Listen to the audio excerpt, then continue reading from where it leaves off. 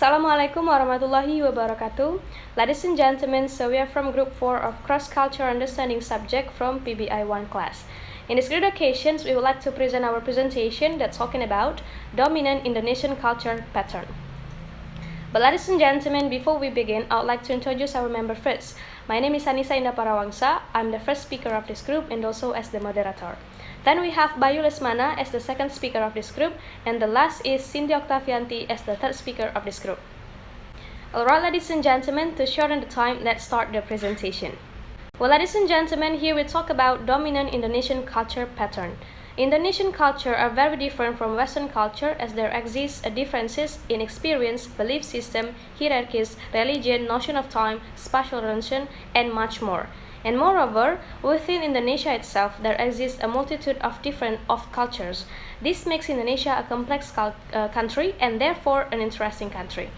Well, Indonesia itself is known as a country with a pluralistic society consisting of different tribes, customs, religions, and beliefs. And this diversity then creates a community tradition that is closely related to various aspects of daily life. One of them is the tradition of gotong royong, or in English we call mutual cooperations. Well, ladies and gentlemen, gotong royong itself is a form of community group cooperation to achieve the positive result without thinking about and prioritizing profits for one individual or group, but for mutual happiness. And this culture has good moral values in people's lives. But talking about gotong royong in Indonesia, of course, each region has its own ways. And this is one example of gotong royong culture in Indonesia. It's called Sinoman tradition in Java.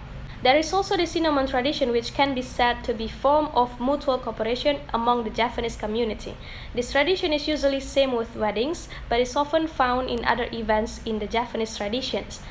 The Sinoman traditions usually consist of mothers helping in the kitchen and village youth helping with other things such as setting up tents or setting up chairs and tables for guests and something like that. But however, when the wedding guests arrive, the Sinomans in particular will act like waiters.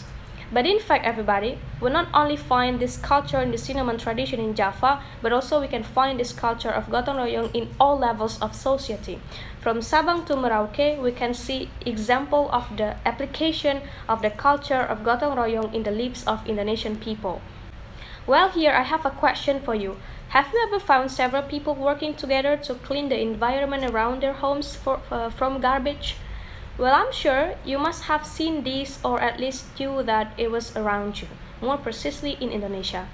The activity of cleaning residents from garbage together, as in this example, is also one of the applications of the culture of mutual cooperations, or in Indonesia, gotong royong. But when we talk about gotong royong, what are the benefits of gotong royong? So here are some of the benefits. First of all, lighten the workload. So the more people who work in a job, the more it will lighten the work of each individual in it. In addition, gotong royong makes a job faster and easier to complete so that the work becomes more effective and efficient. Second of all, building togetherness. So gotong royong is able to build an attitude of voluntary, mutual help, togetherness, and kindship between each other. People who want to do mutual cooperation will care more about the people around them. The value individuals will be willing to help each other and help each other.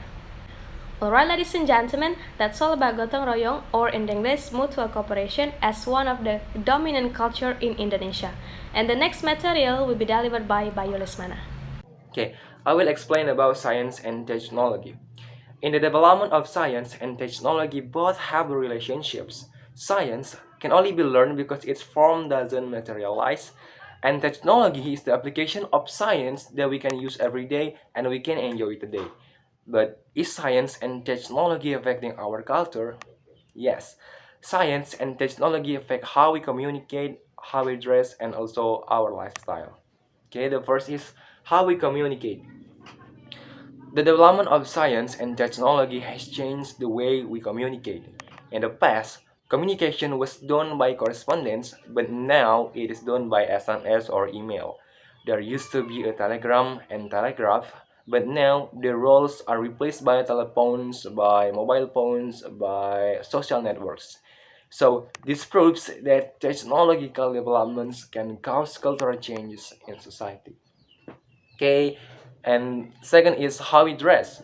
In the past, people dressed with simple materials with almost the same shape and model. But now, because of advance in technology, people dress with certain materials such as silk, wool, and there are even people who use gold as their clothing material. And the last is lifestyle. Cultural progress in Indonesia also affects lifestyle. For examples, same as I said before, in the past people wore every simple clothes, but nowadays people are dressed in luxurious clothes. And as another examples, Asian people always travel by bicycle or even boats, but nowadays people always use motorbikes and cars. Okay, next slide. Is about progress and change. And as we know, the development of culture in Indonesia is always developing. At first, the Indonesian state had a lot of cultural heritage from their ancestors. Things like that should be proud of Indonesian people themselves. But at this time, Indonesian culture has declined somewhat from the socialization of populations. Now, many have forgotten what Indonesian culture is because of many emerging cultures that influence the original culture of the ancestors. And is there a change in Indonesian culture? Yes, I told you before. Yes, there is a change in Indonesian culture.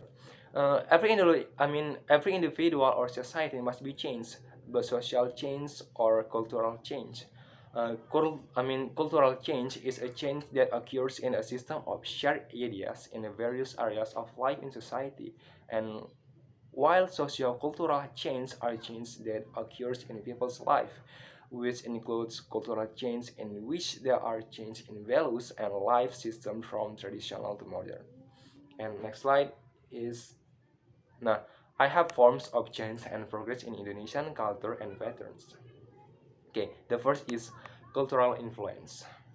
The beginning of a change is communication from another person or group.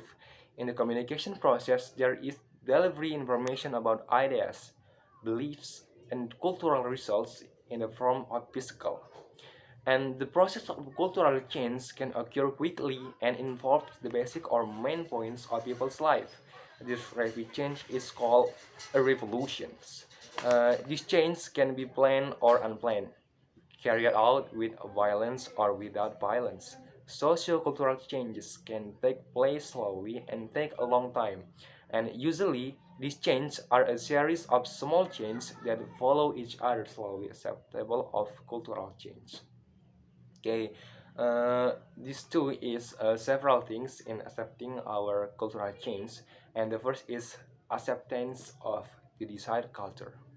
The desired culture is a change that is needed and has been planned by the parties making the change. And the second is unworn cultural acceptance desired change. This change that occur accidentally or unworn by the parties making the changes. And the third is planet changes. Planet changes are changes that have been previously programmed by community or government. And the last is unplanned change. Unplanned changes are changes that are not decided and take place beyond human estimation or reach, and usually cause impacts or consequences that are not decided by humans. Yeah, I think that's all. Next materials will be presented by Cindi Oktavianti. For Cindy, time is yours. Okay, I'm Cindi Oktavianti and I will explain you about our last material, which is talking about activity and work culture in Indonesia. So, Indonesia has a distinctive and unique work culture. Although this work culture may sometimes be difficult for foreigners to understand, it has nonetheless helped the country's companies stand out. Foreigners who understand this work culture will also be likely to succeed in Indonesia. First, we will talk about the business culture. Business culture can be defined as a set of beliefs, ethics, and attitudes within a business setting. Culture is the main constituent in business and has an influence on the premeditated course of business. Culture impacts the administration's decisions and all business functions from secretarial to manufacturing to productions. And the next is work environment in a typical Indonesian workplace. The following are some points regarding work environment in an Indonesian workplace. The first is addressing superiors. The Indonesians know about the importance of their superiors and are used to addressing them by suitable titles. In Indonesia, you must have to call them by Bapak, which means sir, or Ibu, which means ma'am. No one can call them by their first name until and unless they are allowed to do so. The second is making the leaders happy. There is an environment of making the leaders happy in an Indonesian workplace. Generally, the assistant employees obey their seniors or boss and don't question them. The assistant or subordinate employees never talk back if their seniors give orders for any type of work because they only want to make their leaders happy. And then the third is avoiding clashes. The employers in Indonesia try their best to avoid any kind of clashes. There is an environment of peace in an Indonesian workplace. And then the fourth is friendship between co-workers. There is an environment of peace and friendship in an Indonesian workplace. The co-workers don't hesitate to ask personal questions, and in this way, an environment of friendship goes on. And then next is personal criticism. There is an environment of private criticism in an Indonesian workplace. People there prefer to keep criticism private rather than discuss it in public. In this way, this culture does much to protect the pride of the employers. And the next is greeting the most superior first in Indonesia. As a subordinate employer, it is essential to know about the superiors of the company. Greeting the most senior first is seen as good conduct. And the next is giving handshakes. In Indonesia, seniors are given handshakes first. Though the style varies from company to company, giving handshakes with little pressure is common in Indonesia.